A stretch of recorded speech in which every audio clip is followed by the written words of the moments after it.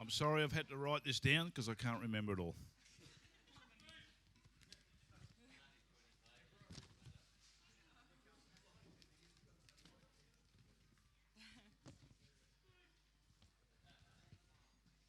Okay, just to start, good evening all.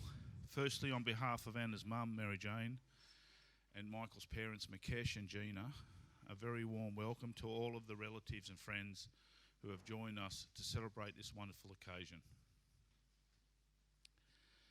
I know that many of you have travelled a long distance to be here.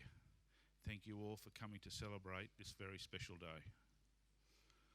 I would also like to sincerely thank Mukesh and Gina for their amazing talents at organising this beautiful wedding of our two good-looking children.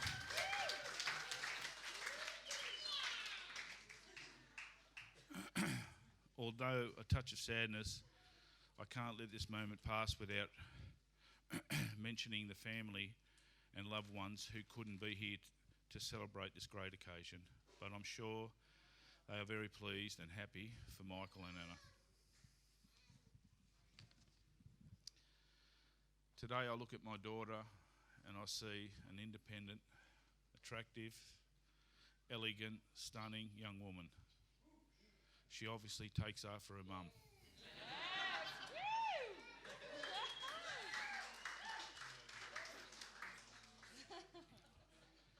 Anna has always set the bar high for herself and pursued her goals with determination and vigour. Even though she has moved her own goalposts a few times, when she changes course, she still carries out pursuing her dreams until she achieves her next goal. Michael, determined, dedicated and ambitious. As well as all that, Michael, I think you're humble, modest, genuine, thoughtful and kind, while being both easygoing and strong-willed at the same time. Very supportive of Anna, who incidentally is now your wife.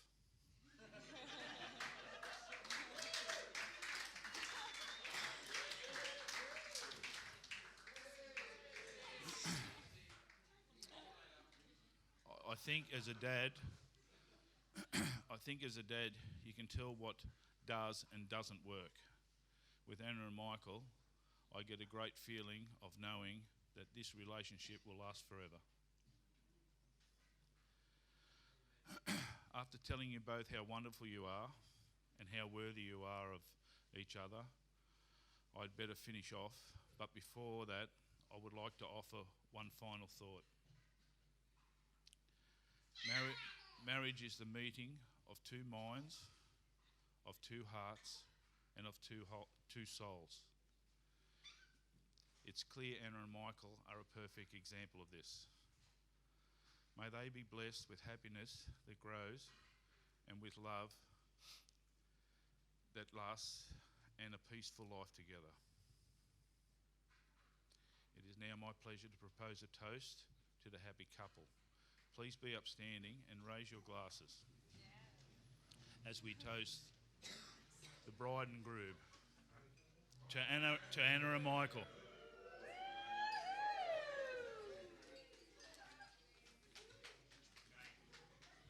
Thanks, Rich. A big round of applause for Steve. Thank you very much.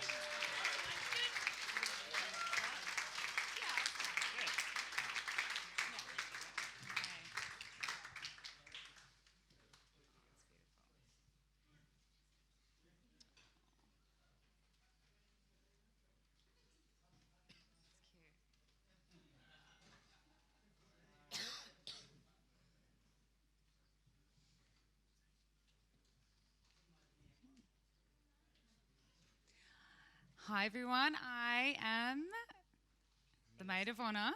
Yes, and Melissa. The maid of honour, I was going to say, as Richie has so beautifully introduced me as, and if I am Anna's older sister. And I will never forget the day that Mum and Dad came home and told my older brother Damien, my younger brother Christopher, and myself that they were pregnant. And I screamed, I squealed, I was so excited, and I said, oh my gosh, am I going to have a baby sister? And Mum and Dad said, no, we're keeping it a surprise. We don't know what we're going to have. So every single day, I'm not kidding you, every single day I prayed and prayed and prayed so hard that I would have a baby sister. And then on the 3rd of December 1992, I was blessed with a beautiful baby sister. Beautiful baby sister. And I went to the hospital and I held you for the first time and you were screaming at the top of your lungs. And I didn't care and I looked down at you and I fell instantly in love with you. You are such a beautiful young woman and you've blossomed into the most beautiful person I know. And although you're a baby sister, I look up to you in so many ways. You mean so much to me, Anna. You have no idea. No idea. You are so intelligent. You are so kind and generous and patient and careful with your thoughts and your actions and your words. It's really quite remarkable. You are mature beyond your years. And Michael is one lucky man.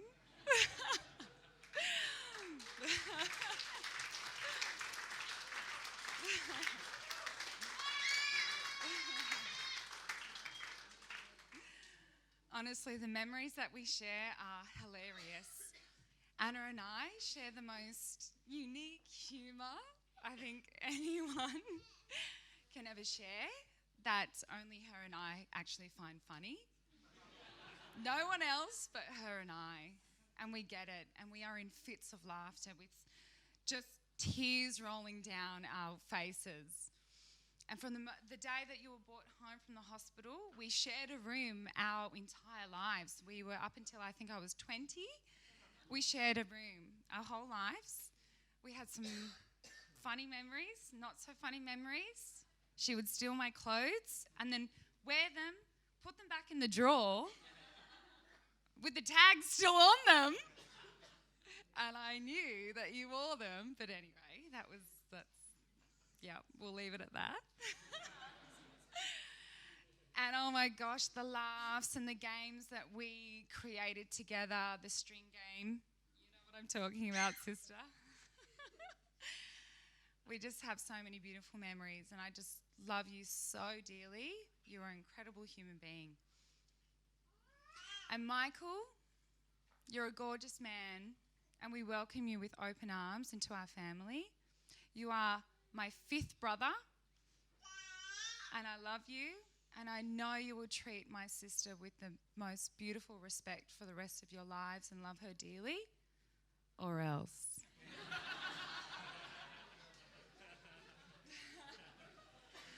No, in all seriousness, congratulations to the both of you. You are just beautiful souls together. You are dearly in love and everyone can see that. Please respect each other and I know you will. I love you both. Congratulations. Let's cheers to my beautiful baby sister Anna and my new brother Michael. Congratulations.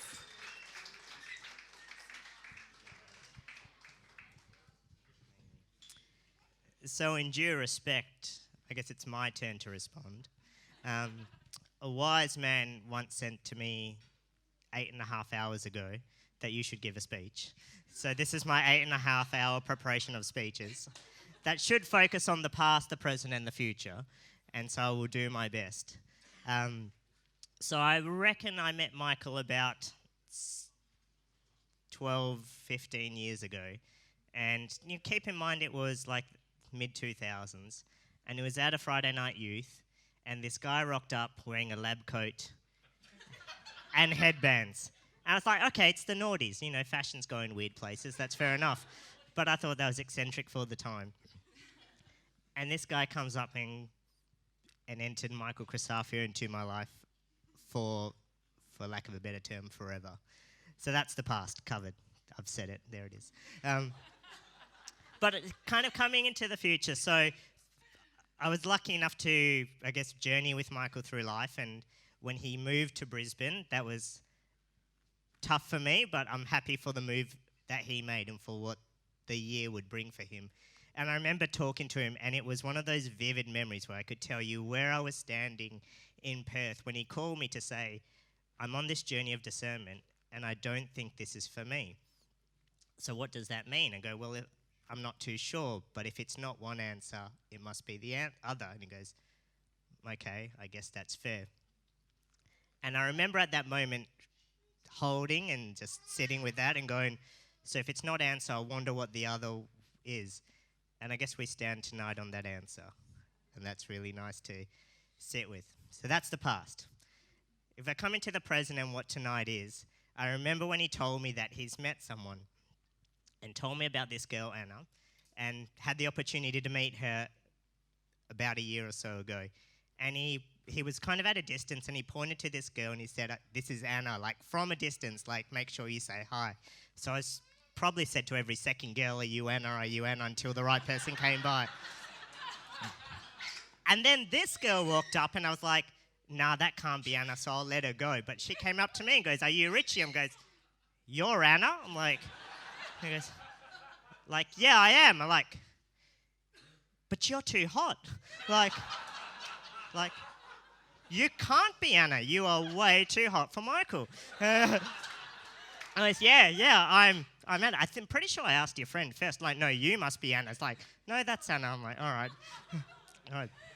And it was probably a few times. In fact, I'm pretty sure I told my boss, who also knows Michael, like, I'm going on. He goes, what's Anna like? I went, the definition of punching above your weight is what comes to mind. So that's the present. Like, we stand here today in another observation in miracles. So it's like, I'd say. So if that's today, and so what about the future? And I guess my honest answer for the future is I don't know. Like, I really don't know what the future is. If you had told me 12 years ago this is what you'll be doing in a period of time, I wouldn't have ever predicted this. So I can't tell you what I think is going to happen, but if I think about your future and what I feel so much peace. I feel so much excitement. I feel so much hope for just amazing things that I can't put words to. And amazing not in what might be grand, but just amazing in what will be fulfilling because of what the journey is that you both have walked to meet each other and from today forward. So that's my what's the future is I don't know, but it feels wonderful. And I guess I'm going to speak on behalf of everyone that we're thankful that we can be here tonight to be the beginning of that future. We've all come from the past, we all stand here with you today, but we all will be part of your future, hopefully, going forward. So with that being said, as representative of the groomsmen, I would like to propose a toast to the bridesmaids who have done their very wonderful job of getting the miraculous Anna here today. So to the bridesmaids, I would like to propose that toast. Right. And so, as is in the tradition of some of the communities that we've all been a part of, we like to do an honouring. So what I would like to do is just invite for the next, we'll keep it brief for maybe the next 5 or 10 minutes, for anyone who would also like to say a few words, they're more than welcome to do so, to come up now and say a few words for the bride and groom as well.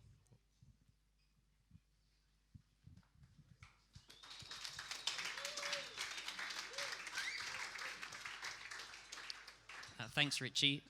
For those who don't know me, my name's Simeon, and I'm a friend of Michael's, or a brother, as I like to call it. And I was one of the groomsmen today. You may not or know, but until this evening, there weren't going to be any official speeches tonight. And I think, that's just such as the heart of both Anna and Michael, that tonight, they understand that it's not really about them from their perspective, and a lot of the stress and the work and effort that they have gone to was to serve us, and I think that's really beautiful. But it is our job to serve you, and so a few of us do want to honour you and to thank you and to represent. it wasn't that long ago that I was talking to someone about, events like weddings and the way that they are both real and unreal. In one respect, like there may never be another event that you have to gear yourself at in the way that you have had to do this, to plan, to get so many people from so many different backgrounds together. You'll probably never have to have 130 different small talk conversations, in one day and in one night. There's something very unreal about the event, and it makes it very stressful and very unnatural. Even though we acknowledge that a wedding is a beautiful opportunity for us to come together and to celebrate and to, be of goodwill with each other and to really love and welcome each other into a family. But it's really just beautiful that we can come and look beyond, just what this is, and to look at eternity. Humanity is both body and soul. We are both finite and infinite. And God has created us as creature, and yet he has desired to impart to us communion with him and life with him for eternity.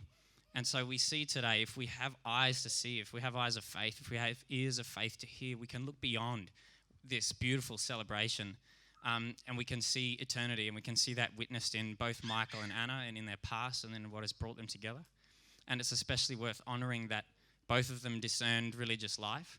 And so beautiful is God's moving them to come together.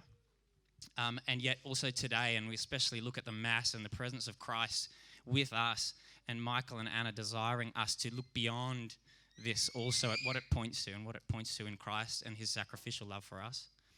And so, we love you and we honour you and we bless you. And we especially just ask and encourage you just to continue to do that, to seek God with all of your heart and to seek that love that he has imparted to you. And then both within you, he will lead you, but also you'll be great witnesses to us all. We love you very much, and we wish you all of God's blessings. Hi, everybody. Good evening. First of all, thank you very much for making it possible by all of you being here. And I hope all of you enjoyed the food and the hospitality that we could offer in a very sort of urgency sort of a way. Personally, I know you guys are all, sensitive, emotional and everything, but I'm not one of those people, all right? Right? You'll talk about all these things, and I'm not into all that. All I think of is God made these two people for each other. The biggest thing that happened was Michael wanted to be a priest, and Anna wanted to be a nun. So the way I see it, the priest has married a nun. Okay? That's as simple as that. So if that can happen, obviously that's God's will. So who are you and I to tell them what they're supposed to do, really, Right? So congratulations to Anna and Michael. And I hope they have an excellent life ahead of them. And we're always there to support them in any endeavors that they get into. Thank you.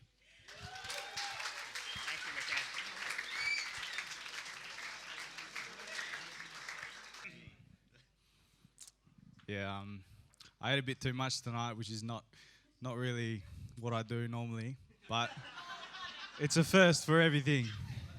To be honest with you, me and Alicia, I don't know if any of you don't know me, I'm Michael's brother. I'm the better looking one. But, he did pretty well, obviously, tonight. Mike was actually my best man. I'm getting married in 2-3 months in March to Alicia over there. Thank you. Thank you. I'm just trying to steal Michael's thunder tonight. No, not really. Tonight's obviously about him and Anna. I met Anna not too long ago. Unfortunately for me, I wish I could meet her a bit earlier because she's a wonderful, wonderful girl. I don't know what Michael did. He obviously, you all know the story. He was wanting to become a priest, and she was going. I don't know. I don't even know the whole story too much, but something must have happened to bring them together, and here we are tonight. And I'm lucky to be here. I'm privileged to be here. I'm gracious, and I'm so happy to meet all of you, all of Anna's family. Michael's obviously got a lot of family, a lot that aren't here, unfortunately, but, there's a lot that could make it. And, as I was saying, Michael's my best man, who's going to be at my wedding. He's my best friend. Male friend Alicia's probably my best friend. But, you know, I've been his brother for as long as I can remember. You know, so he's been around a fair bit, which I do value. He's taught me a lot. He's such a, in all honesty, now that I think about it, I didn't prepare for any of this. I don't know if it can show, but yeah, no, he's stepped up and he's played a father figure for me. Unfortunately, with our late father who passed away 2009, we've obviously got Mukesh, who's my stepdad, who is my dad, and you know, it's not like we're missing anything. But when my dad did pass away, it was pretty bad. It was pretty, you know, as some of you have lost someone in your family. But Michael stepped up really good, and he sort of looked after me like when I knew I didn't need it. So I think as far as a husband and a father, in all honesty, Anna, you're in, like, he's the best man to have. And yeah, I just wish nothing but the best for both of you.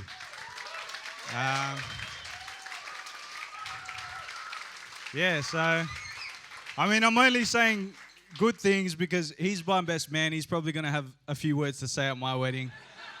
So I just want him to go harsh because there's a lot of bad things he can say about me.